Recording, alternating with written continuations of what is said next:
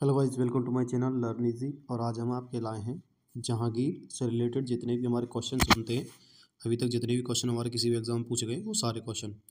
तो देखिए, इसमें हम पहले नोट्स कराएंगे जो इंपॉर्टेंट नोट्स हैं, और उसके बाद जो है इसके क्वेश्चन की तरफ आएंगे। तो पहला क्वेश्चन है हमारा, जहांगीर का जन्म 30 अगस्त 1559 को हुआ था।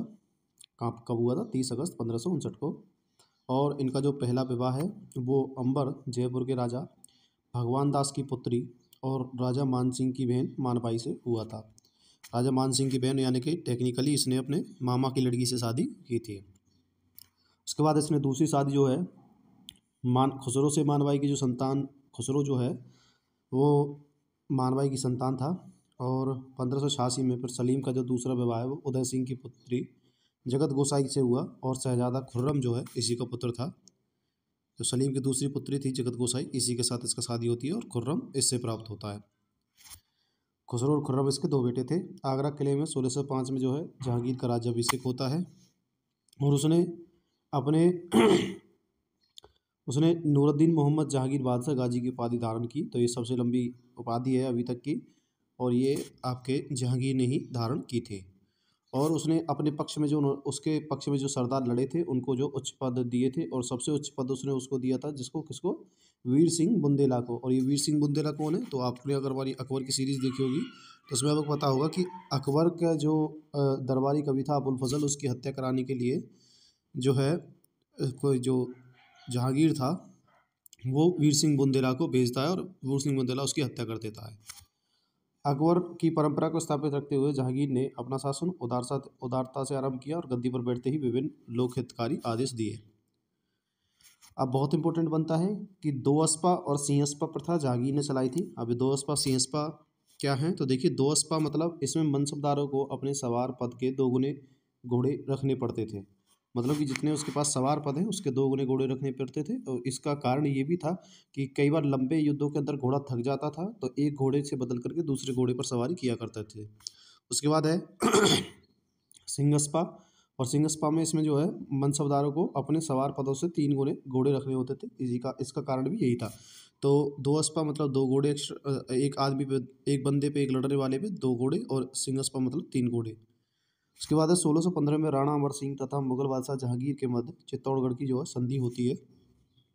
राणा अमर सिंह महाराणा प्रताप का बेटा है राणा अमर सिंह, और ये जो है मुगल बादशाह के साथ संधि कर लेता है।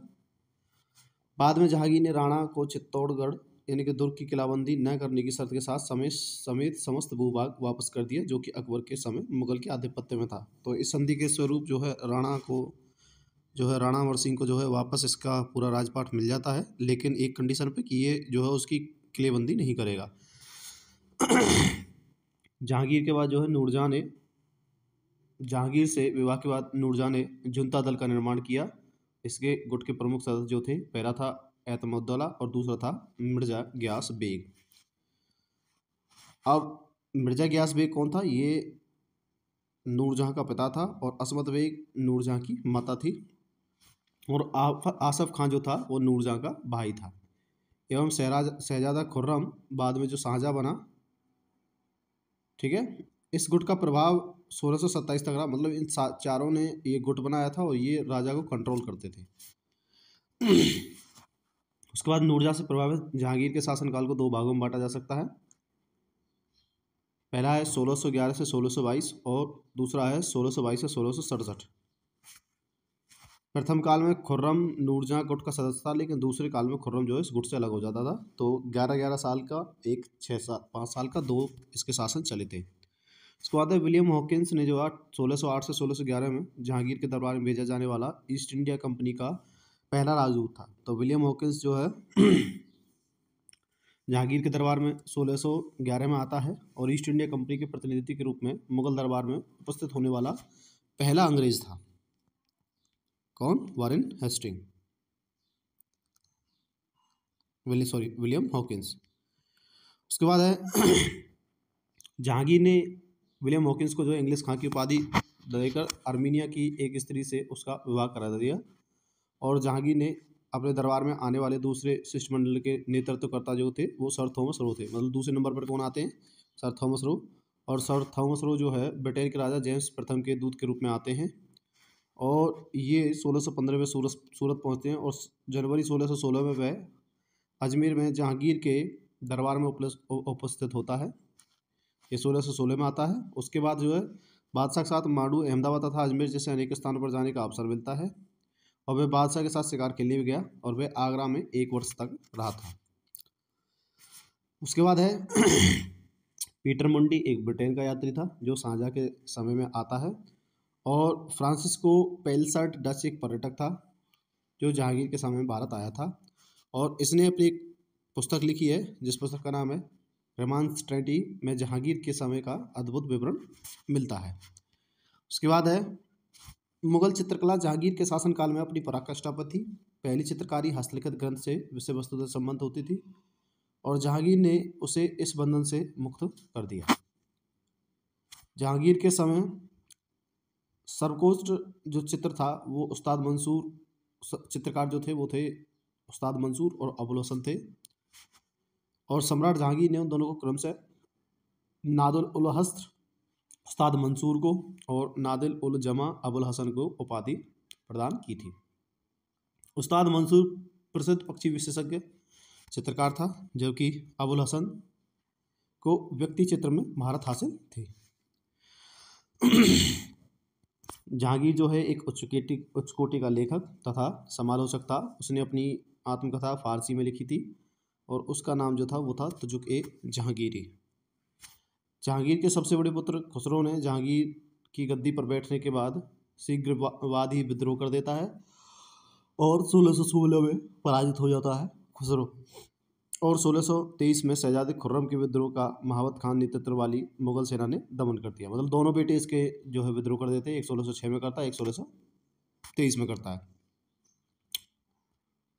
और बाद में 1626 में जो है महावत खान जहांगीर के विरुद्ध विद्रोह कर देता है। उसके बाद मुगल बादशाह बाबर एवं जहांगीर के मकबरे क्रमशः काबुल एवं शाहदरा लाहौर में है। तो बाबर की का जो मकबरा है वो काबुल में है और जो आपका जहांगीर का मकबरा है वो शाहदरा लाहौर में है। और ये क्रमशः अफगानिस्तान एवं पाकिस्तान में स्थित है। और जो एतमुद्दौला का मकबरा है इसका निर्माण जो है नूरजहां ने 1622-1628 में कराया था। ये उसके पिताजी का नाम है। एतमुद्दौला का मकबरा जो है उसने अपने पिताजी के लिए बनवाया था। उसके पिताजी कौन थे? मिर्जा गियास बेग की याद बनवाया था। और यह पहली कृति है ताजमहल से पहली जो पूर्णतः संगमरमर की बनी थी। ताजमहल तो दूसरी कृति थी। इसमें खुदाई एवं संगमरमर के अलावा पेट्राडुआ जिसको बोलते हैं सजावट का पहली बार प्रयोग किया था। किसमें? एतमुद्दौला के मकबरे में पेट्राडुआ का सबसे पहले विवरण मिलता है। और ये पूरे भारत की पहली पूर्णतः संगमरमर से निर्मित एक इमारत थी। उसके बाद गोविंद महल के मध्य प्रदेश के दतिया में स्थित है और ये 7 मंजिला महल है। इसका निर्माण जो राजा वीर सिंह देव ने जो है पत्थरों से करवाया था। तो ये हमारे इंपोर्टेंट नोट्स हो गए। अब इसको ये क्वेश्चन आंसर देख लेते हैं। तो पहला क्वेश्चन है हमारा, दोअस्पा एवं सिंगस्पा प्रथा किसने चलाई थी? तो देखिए जहांगीर ने चलाई थी दोअस्पा सिंगस्पा। अब दोअस्पा था क्या कि एक सवार के लिए 2 घोड़े और सिंगस्पा यानी कि एक सवार के लिए 3 घोड़े। उसके बाद है मुगल एवं मेवाड़ के राणा के मध्य चित्तौड़ की संधि किस शासक के शासनकाल में हस्ताक्षरित हुई थी? तो मुगलों एवं मेवाड़ के राणा के मध्य चित्तौड़ की संधि है वो जहांगीर के काल में हुई थी। ईस्ट इंडिया कंपनी ने जहांगीर के दरबार में पहले निम्न में से किसे भेजा था? तो ईस्ट इंडिया कंपनी जो सबसे पहले वो भेजती है विलियम हॉकिंस को। उसके बाद जाते हैं sir Thomas Roe. William Hawkins 1608 में जाते हैं जिनको जो है आर्मीनिया की एक लड़की से स्त्री से उसका विवाह करा दिया जाता है। उसके बाद है क्वेश्चन नंबर 4, निम्नलिखित में से कौन जहांगीर के दरबार में ब्रिटिश शासक जेम्स प्रथम का दूत था? तो जेम्स प्रथम का जो दूत था वो विलियम हॉकिंस था। दूत के रूप में बाद में सर थॉमस रो आए थे, उसको दिया नहीं हुआ है इसमें, तो इसलिए क्वेश्चन को जो है निरस्त कर दिया गया था। नेक्स्ट है निम्नलिखित में से अंग्रेज ने किसे जहांगीर ने खान की उपाधि से सम्मानित किया गया था?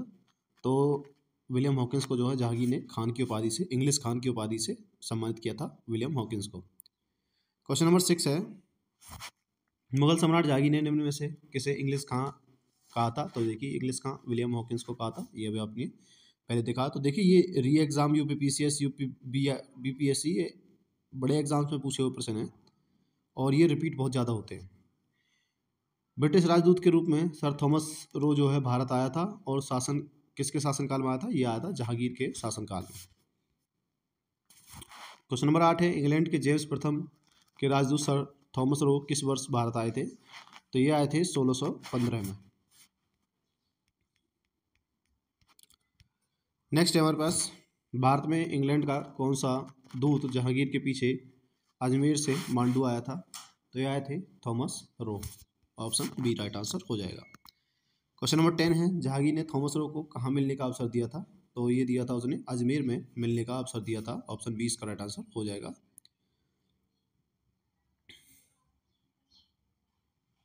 और नीचे जो है कालानुक्रम दिए गए हैं, इसमें आपको बताना है कि कौन उस समय पे आया था भारत के अंदर। तो देखिए करते हैं इनके कालानुक्रम से व्यवस्थित। तो सबसे पहले आए थे रॉल्फ फिच, उसके बाद आते हैं विलियम हॉकिंस दूसरे नंबर पे, पहले नंबर पे आया था, दूसरे नंबर पे आता है ये। उसके बाद आए थे तीसरे नंबर पे निकोलस डाउंटन और चौथे पे आए थे सर थॉमस रो। तो पहले आया था हमारा रॉल्फ फिच यानी कि 2, 1 और 4, 3। तो देख लेते हैं आंसर 2, 1, 4, 3। तो 2, 1, 4, 3 ऑप्शन ए इसका राइट आंसर हो जाएगा। ये यूपीसीएस 2021 में पूछा हुआ प्रश्न है। नेक्स्ट है, एक डच पर्यटक जिसने जहांगीर के शासनकाल का मूल्यवान विवरण दिया है वह था? तो ये था फ्रांसिस्को पेल्सर्ट, जिसने जहांगीर के शासनकाल का मूल्यवान वर्णन दिया है, फ्रांसिस्को पेल्सर्ट। उसके बाद था, निम्न विदेशी यात्रियों में से किसने जहांगीर के शासनकाल में भारत की यात्रा की थी? तो ये की थी फ्रांसिस्को पेल्सर्ट ने। ऑप्शन बी इसका राइट आंसर हो जाएगा। क्वेश्चन नंबर 14 है, मुगल शासक का मकबरा भारत में नहीं। किस मुगल शासक का भारत में मकबरा नहीं है? तो देखिए जहांगीर का भी नहीं है और बाबर का भी नहीं है। तो जहांगीर का तो है आपका पाकिस्तान में और बाबर का है आपका अफगानिस्तान में। जहांगीर का लाहौर में है और पाकिस्तान उसका अफगानिस्तान के काबुल में है। क्वेश्चन नंबर 15 है, सम्राट जहांगीर को कहाँ दफन किया गया है? तो देखिए ये लाहौर में, पाकिस्तान में, वर्तमान पाकिस्तान लाहौर के अंदर।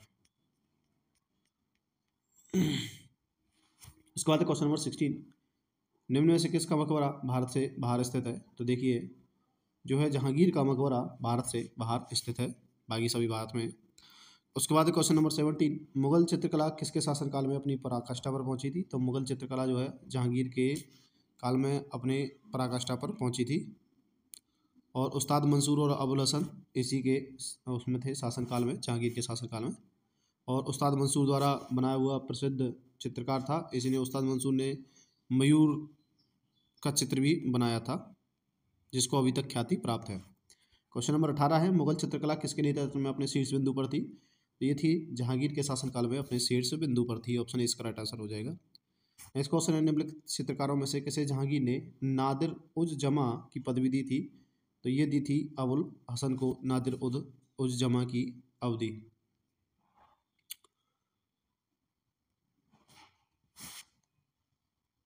उसके बाद है जहांगीर ने निम्नलिखित में से किसी एक चित्रकार को नादिर उल असर की उपाधि दी थी? तो नादिर उल असर की उपाधि थी उस्ताद मंसूर को। तो उस्ताद मंसूर इसका राइट आंसर हो जाएगा, यानी कि ऑप्शन डी इसका राइट आंसर हो जाएगा। उसके बाद है, जहांगीर के दरबार में पक्षियों का सबसे बड़ा चित्रकार कौन था? तो पक्षियों का सबसे बड़ा चित्रकार था उस्ताद मंसूर और इसी का मयूर चित्र अभी तक प्रचलित है। उसके बाद क्वेश्चन नंबर 22, निम्नलिखित मुगल बादशाहों में से किसने अपनी आत्मकथा फारसी में लिखी है? तो जहांगीर ने अपनी आत्मकथा जो है फारसी में लिखी है। रिपीटेड क्वेश्चन है।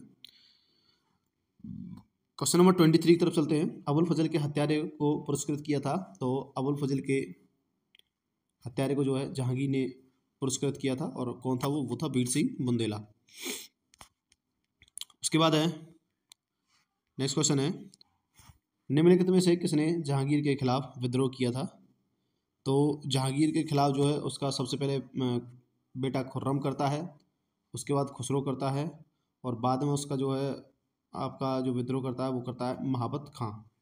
तो ये तीनों जो है विद्रोह करते हैं, आसफ खां कोई विद्रोह नहीं करता है। उसके बाद है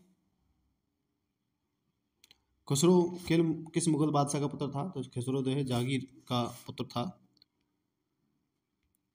उसके बाद है क्वेश्चन नंबर 26, निम्न में से कौन नूरजहाँ के गुट का सदस्य नहीं था? तो ये जहांगीर जो था नूरजहाँ के गुट का सदस्य नहीं था। उसके बाद है एतमुद्दौला का मकबरा किसने बनवाया था? तो एतमुद्दौला जो है मिर्जा उसके गयासुद्दीन, सॉरी उसका मैं नाम भूल गया हूँ। तो ये जो था वो नूरजहाँ का पिता था एतमुद्दौला, और इसी का मकबरा बनाया गया है। मिर्जा ग्यास बेग, सॉरी मैं भूल गया था। तो नूरजहाँ का पिता है मिर्जा ग्यास बेग। उसके बाद है पार्चिनकारी यानी कि पिटराडूरा निम्न में से किससे संबंधित है? देखिए पिटराडूरा जो है एतमादौला के मकबरा से संबंधित है, और इसमें होता क्या है कि दीवारों में कीमती पत्थर जड़कर फूल की नक्काशी की जाती है। और जो एतमादौला का मकबरा है इसको एक ख्याति और प्राप्त है कि ये भारत की सबसे पहली पूर्णतः संगमरमर से निर्मित क्या है, इमारत है। नेक्स्ट है आपको जो है इन दोनों का मेल करना है, इसका मिलान करना है। तो मिलान देख लेते हैं। सबसे पहले है बाबर। तो बाबर ने जो है आपको पता है बाबर ने जो जामा मस्जिद संभल में इसका निर्माण कराया था। उसके बाद है हुमायूं। तो हुमायूं ने जो है दीन पनाह पुस्तकालय भवन का निर्माण करवाया था। अकबर ने जहांगीरी महल का निर्माण करवाया था, और जहांगीर ने अकबर के मकबरे को पूर्ण करवाया था सिकंदरा में।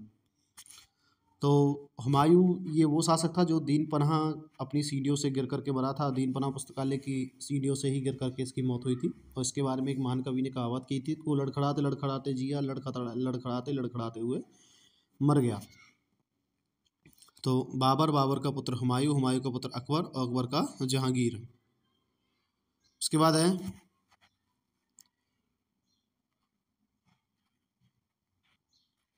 गोविंद महल जो हिंदू वास्तुकला का अप्रतिम उदाहरण है, स्थित है। तो ये दतिया में स्थित है।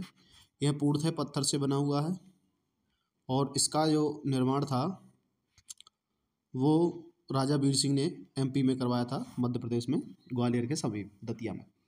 इसके बाद है क्वेश्चन नंबर 31, कौन सा युग्म सही सुमेलित नहीं है? तो देखिए अकबर के मकबरे को सिकंदरा है, तो ये तो सही है। सिकंदरा आगरा से 4 किलोमीटर पहले है, 4 से 5 किलोमीटर पहले। जहांगीर का मकबरा जो है शाहदरा में स्थित है, ये भी सही है। शेख निजामुद्दीन औलिया का मकबरा फतेहपुर सीकरी में है, सॉरी शेख सलीम चिश्ती का मकबरा फतेहपुर सीकरी में है, ये ठीक है। शेख निजामुद्दीन औलिया का मकबरा अजमेर में है, तो ये गलत है। शेख निजामुद्दीन औलिया का मकबरा जो है दिल्ली में है, अजमेर में नहीं है, तो ये गलत हो जाएगा। तो देखिए हमने पहले आपको जहांगीर से रिलेटेड उसके कुछ नोट्स कराए थे, और उसके बाद जो क्वेश्चंस हमारे एग्ज़ाम में पूछे गए थे वो सारे करा दिए हैं। इसी प्रकार से हम आगे भी जहांगीर के बाद शाहजहाँ, शाहजहाँ के बाद हुमायूं, इन सभी को जो है क्लियर कराएंगे। तो हमारे वीडियो के साथ बने रहें, हमारे चैनल को सब्सक्राइब कर लें, और जो है वीडियो को शेयर करें जिससे कि हमको भी थोड़ी सी सपोर्ट मिले।